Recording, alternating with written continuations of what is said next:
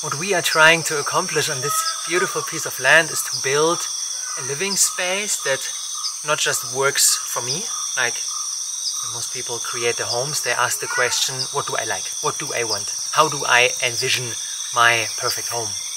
And it's a good question, but it's too narrowly focused. What we are trying to accomplish is to build a living space that works for me, and at the same time for my 2-year-old son, and at the same time for my 82-year-old grandma, and for the local village, and for the natural ecosystem here, and for the next 7 generations, and for people who are coming for a visit, and for people who live here full time, and many more components.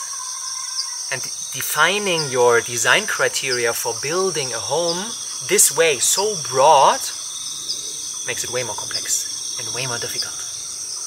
And at the same time, for me personally, it's the only way forward to not cause harm on areas you don't look at. I think one of the main drivers of the meta crisis, the state of the world that we currently perceive, where we exploit each other and this beautiful planet, and as a result get more and more depressed as well. To stop this behavior, we are invited to focus more broad. There's a beautiful story that Daniel Schmachtenberger tells in his podcast, where as a child, when he learned about what was so funny? What was so funny? I want to know. Tell me. Okay. What's so funny? Tell me. Ich musste nur lachen, ich wurde von allen Seiten gleichzeitig gestochen. Oh, that sucks. Okay, one more time. There's a beautiful story Daniel Schmachtenberger tells in his podcast, where as a child, when he learned about the species extinction, like so many species are critically endangered, especially the elephants, because they have these super valuable horns that makes them a target of the poachers who earn a lot of money if they kill an elephant and sell the ivory. And then Daniel joined an organization which set itself as a mission to make the punishments for the poachers more severe, so that they are afraid, and as a result don't hunt the elephants anymore. And they were successful. These severe punishments got implemented, and the poachers were afraid, and as a result stopped killing elephants. But instead of celebrating their victory, what their endeavors led to is that the poachers just focused their attention from the elephant to the rhino, because the rhino has valuable horns too. And in this moment he realized the systemic nature of things, that everything is interconnected. And if we focus, if we pursue narrowly focused goals, we oftentimes, almost always, cause unintended harm somewhere else. Like for example the way we build our businesses. Just focusing on earning a lot of money may cause harm in the relationships with our children, or in our personal health, or with our partners, because we put less attention there. Or if we try to lose weight or gain muscle, maybe we put something in our bodies that in the long run jeopardizes our overall well-being, just for the sake of losing some pounds.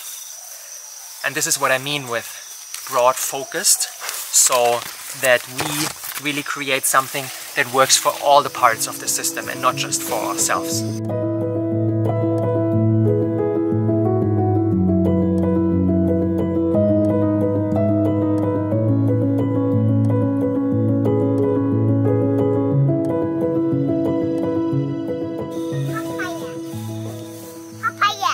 Papaya? Where's papaya? Oh yeah, that's a papaya leaf. Big one. Wow. Papa? Ja. Danke. Lecker. Papaya leaf. Very bitter, ja? Gibt's auch einen Juice, mein Schatz? Ja. Ja, ist ganz bitter. Okay, we are organized. Hast du das gefilmt? Ja. Well. And yeah, that's quite a departure from our first endeavor of building aligned living spaces. When we started our Thrive Villages 2.5 years ago, our design criteria were basically bring a bunch of people who are looking for community to Bali, rent an empty resort that was vacant during the pandemic, and move there. They were our design criteria. And now, when I look at my vision board, it gets so much more complex, and that's why it's so much harder. Like back in the days, we realized our vision within a couple of months. It was quite easy to bring the people and to find the place and then to move there. And now the stakes are higher. There are so many more things to consider in order to build something that's truly lasting. But I feel this is the way to go, because our 2 community villages that we started are not existing anymore, because we didn't put enough consideration, enough attention to detail into all the components that matter. So let's explore what really matters if we want to design completely new living environments for us, our children, for the local environment, for the natural world, for the upcoming generations, for all the stakeholders that are involved. This is an exercise in systemic thinking. Let's explore how we can succeed at this Herculean task.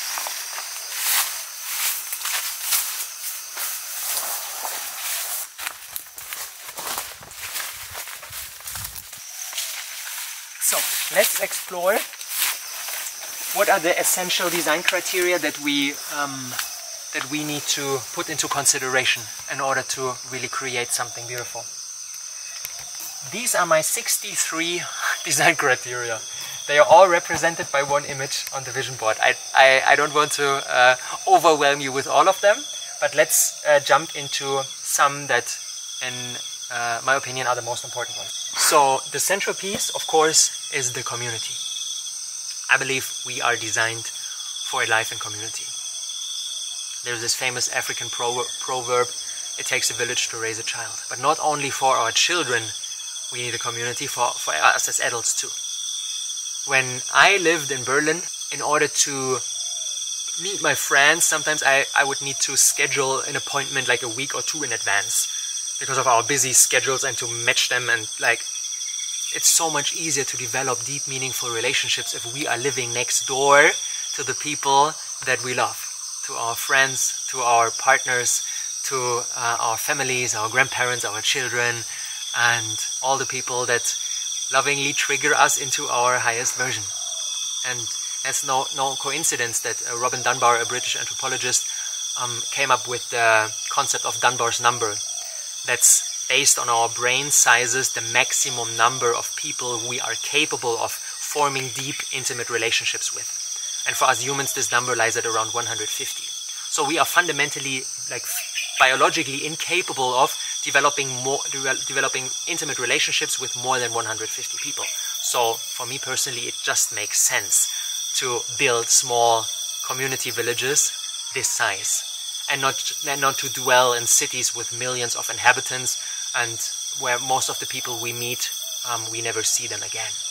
It's so much easier to really live connected lives, and the disconnection epidemic is one of the main drivers of the meta crisis, that people feel more and more lonely these days.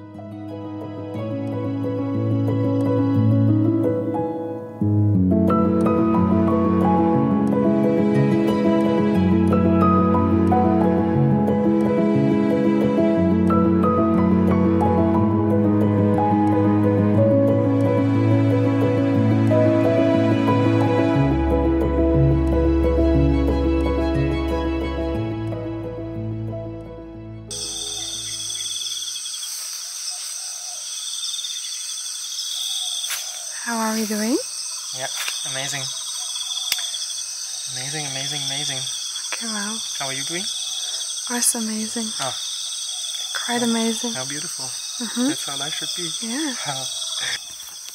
But these community villages cannot be isolated. We need a global web of interconnected communities, because there's so much opportunity in these devices to be globally connected, to learn from each other, and to share resources, to share our gifts freely. Sharing gifts is one of the most important design criteria of what we set out to do, because each one of us possesses different talents, different strength, brings different gifts to the table. And if we force everybody through the narrow channel of money, then we lose so much of this opportunity. Like an artist can produce so much more beautiful art if he or she isn't forced to earn money with it. But contributing financial resources is something that another person brings to the community. And then envision this not only in like one physical community, like here in Bali, but envision this on a global scale, where people, when one of the places is more established, move to a different place where they support in birthing another community, and their resources flow there. And other resources that are in a surplus in one of the communities flow to a different one, and this is like really connected. And if you feel the urge to explore other places than the one you grew up in, if Leo is 13 and says like, okay, mommy, daddy, I want to move and I want to see the world, then he's just free to move to Costa Rica or to South Africa or to Austria, and to not only like immerse himself in a world of strangers, but to really connect to a similar ecosystem where he's welcomed with open arms. That's why it needs a global web of interconnected community villages. Next design criteria is the place. And for me, the only sensible place to build those community villages are tropical mountain regions. Because if we live outdoors, this is not only good for our ecological footprints, to not live in well insulated buildings that are manufactured out of many toxic substances, or we need air condition or heating, all that. But instead, the place where we're living here in Bali, like I can be barefoot the whole time. I've not been wearing shoes for half a year, and at the same time, like it's neither too hot nor too cold, and a life that is really in alignment with the elements is possible in such a place, where it's like the perfect sweet spot between like really hot and really cold is here, so that we live lives that are beneficial for the planet and at the same time beneficial for us.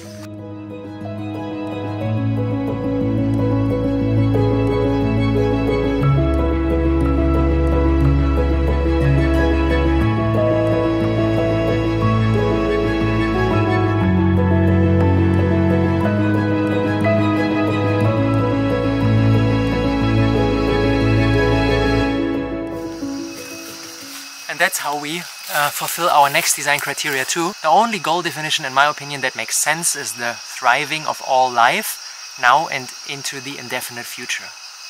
If we focus our goals on anything narrower than this, than the thriving of all life, we can only cause harm somewhere else. If I only focus on some revenue numbers, if I focus only on my personal well-being, if I only focus on the thriving of my children, like, I'm too narrowly focused and I will cause harm in other areas. And this is what we see in like so many of the nice co-living settings that are out there. They are either dedicated only to crypto hustlepreneurs without children, or they are a setting like, let's escape to the forest because capitalism and the whole world out there is evil. We don't want to have anything to do with that. Or it's like all the co-living projects out there, in my opinion, are only focused like on a narrow goal definition, and that's why it doesn't fully resonate with me. And I want to build something that is really inclusive of everything, like that is dedicated to the thriving of all life now and into the indefinite future. And that's why it's important to settle in tropical mountain regions, because this is the perfect place to be dedicated to the thriving of all life.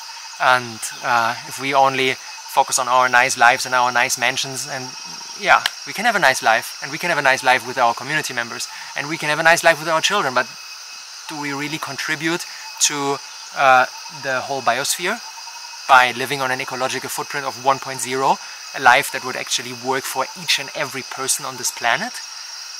That's not the reality for most people, and this is what needs to change. Because living in tropical mountain regions enables us to live in an ecological footprint of 1.0 without feeling scarcity, with feeling like full abundance. Imagine being on this beautiful piece of land, growing my own food, having Leo like running freely, like exploring this beautiful land with other children and other co-creators and my grandma, and like this feels like full abundance without needing so much without needing all this shit.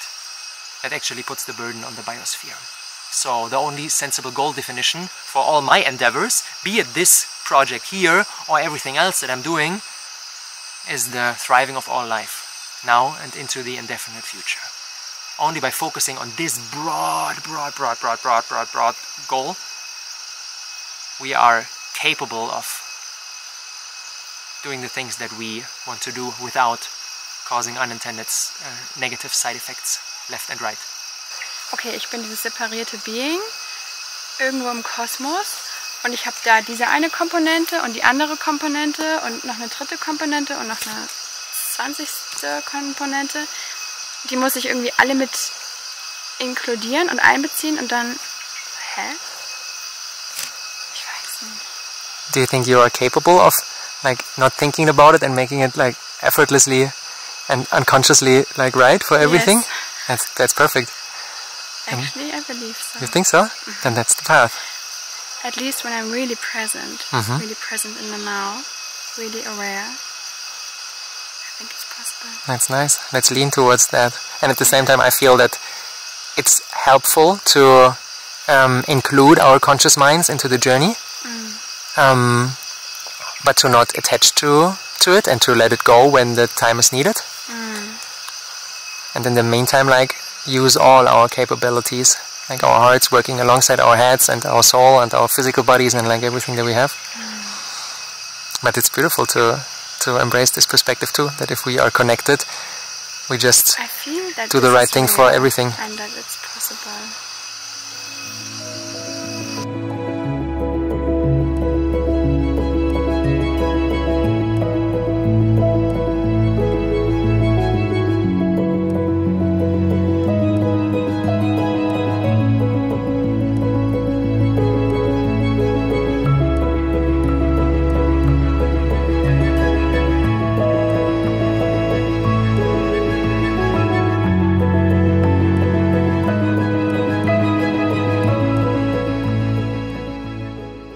Save the other important design criteria for our next episode so that we don't get eaten alive by the mosquitoes.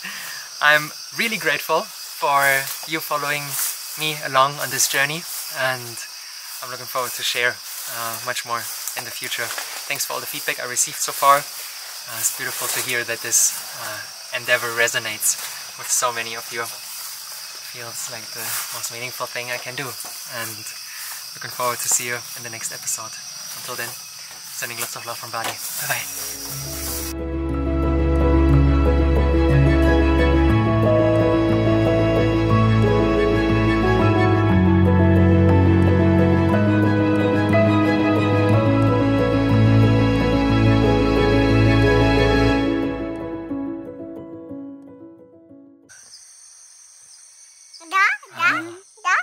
Ja? Willst du es nehmen? Okay. Oh, schwer. Wow. Schwer. Schwer. Guck mal, hier kannst du dich sehen. Eine Schnecke wäre.